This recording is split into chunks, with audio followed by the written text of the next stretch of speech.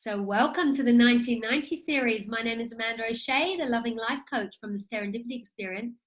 And it is with great pleasure that I introduce from across the pond, Mr. Amir Karkouti from San Diego.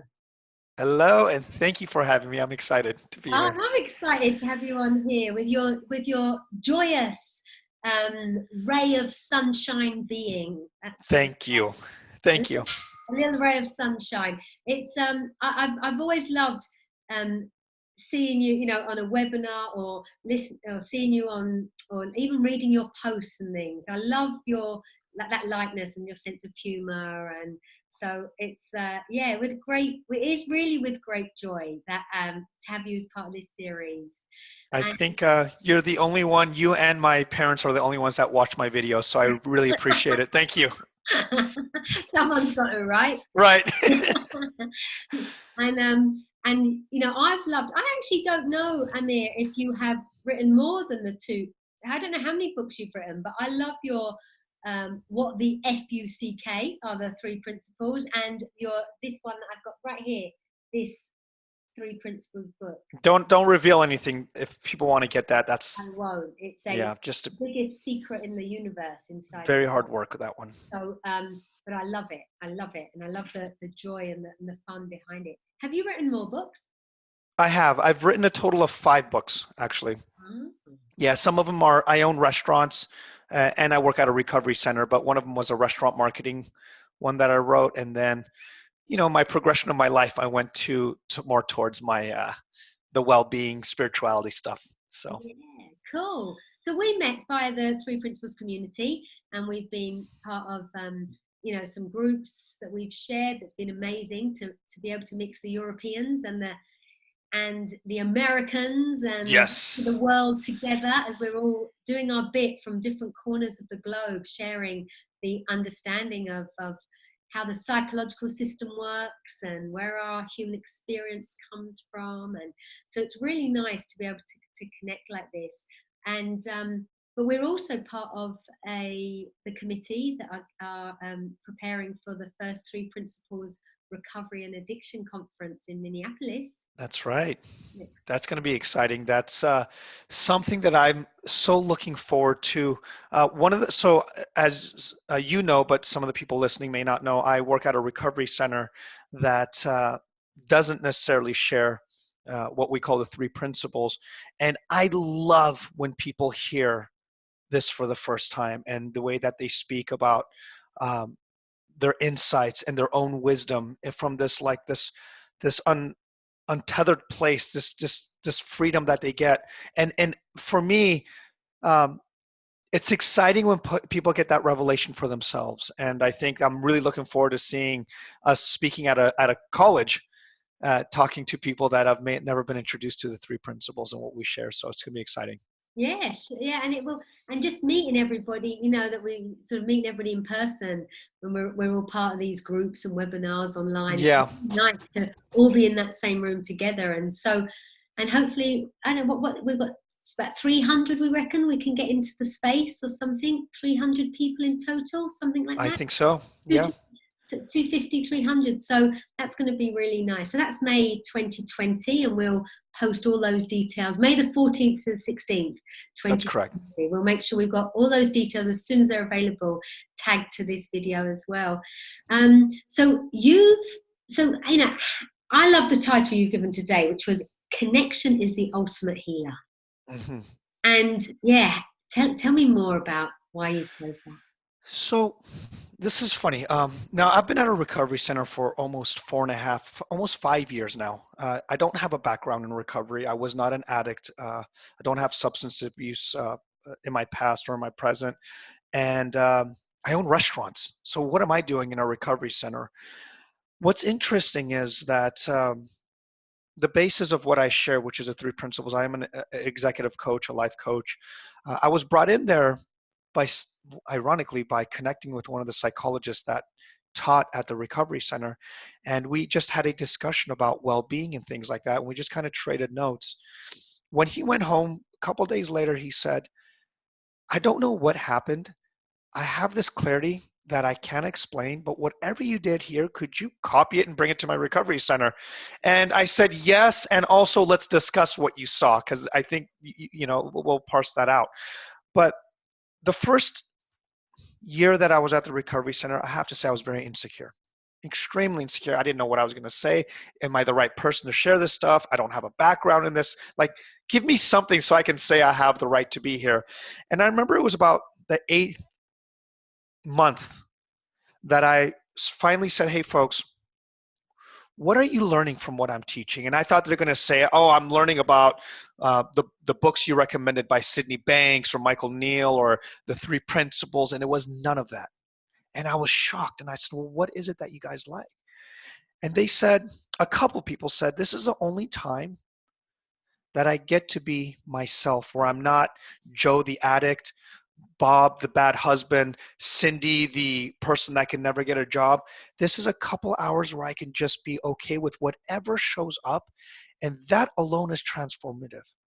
So it just dawned on me that sometimes it's not that the more we talk and share is what changes people, is the absolute connection that we have, that in spite of what people are thinking, there's something still there for us to connect with. And I actually got that taught by one of my clients instead of the other way around. I thought I was going to be the one standing there teaching them about all this stuff that I'm learning. And that gentle reminder just showed me, no, I had it all wrong. I wasn't there to teach. That in spite of teaching and after teaching, what's left is pure connection. And from that space, all sorts of stuff is possible. Oh, that's lovely. It really is that, for me, the connection is kind of like an opposite of addiction. It's when people realize that you care, when people know that you care, when people really see that you're not there to tell them what to do or tell them what not to do or blah blah blah blah blah. They feel your love. They really feel your love, and I think because you've got that buoyant, lovely energy that's bright and buzzy, and and I guess you adjust yourself there as well, right? I mean, that's who you show up. Yeah, absolutely. And I don't. The most impactful thing that I've also seen, second to the connection, is when people can say, oh, I'm not as different as the person that's speaking. I'm not that different. We have different problems. We all have different ways of seeing life. But at the end, when I wake up, there's days where I'm like, you guys, today may be garbage. I only had 3 hours of sleep. My baby kept me up all night, and I'm going to do the best I can. And they can see, sorry, my watch keeps clinging. They can see that, oh, he loses sleep over things too. Oh, he had a fight with his wife yesterday. Oh, work didn't go as planned. And in spite of all the things that can happen that's going on in life and in my head, I still show up. Yeah. And I still can show up, and I can still come from a loving space, and I can still have this awareness that things aren't as good as I think it is. And that alone, that they can say, we're all in this together. This is not, he knows something that I don't know. It's that we all miss something when we get in our heads. That's not a addiction issue. That's a human issue. That's just what happens with us. And from that playing field, what we share, what we call the 3 principles, it's an equal opportunity paradigm. No matter where you've been, no matter what you've seen, no matter what's happened to you, we all experience life the same way via thought. Yeah. It all happens the same way, no matter where. And that's a relief for us. Because for those that go, well, I've been an addict for 10 years. It doesn't work that way for me. Sorry, it does. Yeah, that's it's so true. It doesn't matter. It's the excuses, isn't it? That almost this title of being an addict can be an excuse. Well, I'm an addict, so what do you expect? That's addict. Yes. Yeah. And it is a level playing ground. And it is, and there can be lightness in that sharing. There can be lightness in the Oh, yeah. And it doesn't have to be so serious. I think there's a lot of seriousness in the world of if we feel that we've got to fix people and save people, and yes, that it's very serious, because what happens, if that doesn't happen, then what? And it's so nice to know that there's because I'm also the only person, or have been pretty much the only person, sharing the principles in the recovery centre where I've worked for the past 3 years really. 2.5 years full time, but 3 years. And I remember in the beginning as well, that wasn't so easy, you know, Yeah. because because you've got, yeah, other, you know, other therapists and other people who are doing their thing, that have learned the way that they've learned, and doing it their way. And sometimes some of the clients really resonate with me, and other times some of the clients really, really don't. And I'm all right with that. Thank Yes. you, you know. So I think some of them think, I do see some of them think, like, I don't know what she is going on about. But, you know, the seeds are still being, you know, the seeds are sown, the seeds are sown, the seeds are sown. And it's it's a privilege, right, to be in a treatment center alongside people on their journey. Yeah. Really, you know, it is a it's a huge privilege for me. I really am grateful for all the experience that I've had in there. And I'm the same. I just kind of ended up in the treatment center, so I didn't really, it's not like, you know, I didn't choose to go into that profession Right. or come into it because I was in recovery myself, which I don't know about over where you are, Amir, but here in Europe or the UK, anyway, almost most people that work in recovery centres are in recovery themselves. Yeah. So, you know, then it's so there is a slightly different spin on it too. And I like that balance. I like it that not all the staff in the recovery centre where I work now are all coming from the same, that there's a bit of a mix of a team, and I like that. Yeah, that's beautiful. I like that too. I Yes. think that's good. And to the point of your lightheartedness, I think um, it wasn't that far ago. I actually, I don't know if this is going to be video or audio, but I just got letters from the people in the clients in my recovery center, like the gratefulness letters, and Uh-huh. all of them, you know, point to. It's funny. I have a couple here in front of me, but you know, I was reading about it, and it caught me by surprise. One of the things I realized, many of them, there's a common theme that when I was taking my problems seriously, I was only looking for serious solutions. But when the problems start looking less serious, it's not that important to find a solution when the problem really isn't as big as I thought. That to me is a huge shift, because when you're coming in and you're being told that you're an addict and it's going to look like this and it's going to take a long time, man, you better have a serious solution. And I'm not downgrading. I'm not saying that that the issue that we're having isn't serious, but the thinking around doesn't necessarily have to be. And a lot of times, quite the opposite. The fact that we took it so seriously for so long, for many of them, that's why they got there in the first place. That's why they went to a substance to alleviate their thinking. Because a lot of times you drink a bottle of alcohol, you don't take your thinking seriously. Yeah. It's actually a pretty brilliant idea. However, long term, it just doesn't, it's not good for functionality, for family dynamics. However, that gift to see how thought works, and the and the transient nature of it. Actually, most of our groups are extremely fun, and we laugh, and we get to go back at something that looks so serious for a client and look back from a different light, and laugh about it. Yeah. That is transformative. That is healing in of itself. Absolutely. And it is, what you just said there is so true. You know, at one point, the substance or the alcohol or whatever was the answer. You know, Yes. was the answer to get rid of an uncomfortable feeling. So it makes perfect sense. And and now the substance, for example, or the drinking has become the issue, let's say, or become the problem. But at one point it Right. was the answer, right? So, you know, we see that. And I love, yeah, I love that this is now, you know, entering the world of recovery, you know, that there's sort of, and that's how it is, just sort of, I don't know, one pebble at a time, one ripple at Yeah. a time, one stone, you know, it's getting its way in there. And it is a subject that is quite heavy, quite deep, quite, you know, it scares a lot of people, right? Addiction, Yes. addiction. But actually, you know, the characters that I've come across and the people I've met across are very normal people like you and me, that, you know, have just gone down a road, and and they've ended up where they've ended up. Yes.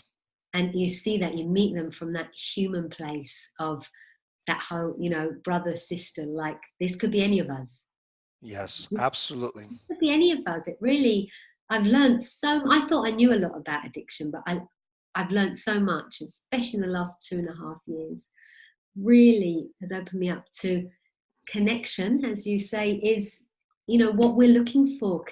That's, I always say the whole world's chasing one thing. You're no different to me. You're just chasing, you know, chasing that feeling of love. You know, we love that. We love feeling good. We're all Yeah. chasing a good feeling, and big stories, right? I'm sure, like you here, there are big stories in the world of addiction, and big stories in the world of recovery, and helping somebody to see that, okay, that was a story, and it was, you know, stories that touch my heart, but they do not have the power to make you suffer today, because you're Yes. safe now. You know, now it's not happening, and if they can get a bit of relief from that, then that's just, it's beautiful. So yeah, thank you for being Yeah, here. beautifully said too. Thank Well you. said. You know, we're all doing our little bit in whatever way we've just come across, and we'll come across it, or we're doing what we can, and bringing that lightness not just to recovery, but to the restaurant world, to the, you know, to the kitchens Yeah. of the world, to, it's it's it's it's nice that there's so many people out there now. For me, hearing, getting, making contact with you guys in the States, in Canada, you know, calls with people all over, Hawaii, India, everywhere. It's like Yeah. this message is spreading. Yeah, and I'll give you guys a little bit of a secret for those listening. This isn't when we get a better understanding of our nature and how thinking works and the role of thought. I'll give you guys a secret. It makes family life better. It makes work better. There's no such thing anymore as I'm going to fix this part of my life, because life is all encompassing. And when life gets easier in one aspect from when you see how it works, it gets better in all aspects. So I have a lot of my clients coming back and saying, not only did I stop drinking, I have a better relationship with my parents. I have a better relationship with my boss. I have a better relationship with my children. Because when we see the beauty of what we're capable of, our capacity, what we've been already been given. You can say God given or whatever given, science given, however it was given to us. Man, it's a true gift, and we miss it a lot of times. And so that for me is the biggest gift when I go out to the recovery center. It's not so much just to help them stop drinking alcohol, for them to see life in a whole new light. That to me is the ultimate gift. The connection is the ultimate healer. And the connection is the ultimate. And the connection I'm talking about is to their own experience, to their own life, to their own well-being that they missed, that we all sometimes miss. Mm. So, It's so nice to be connected with you, Amir.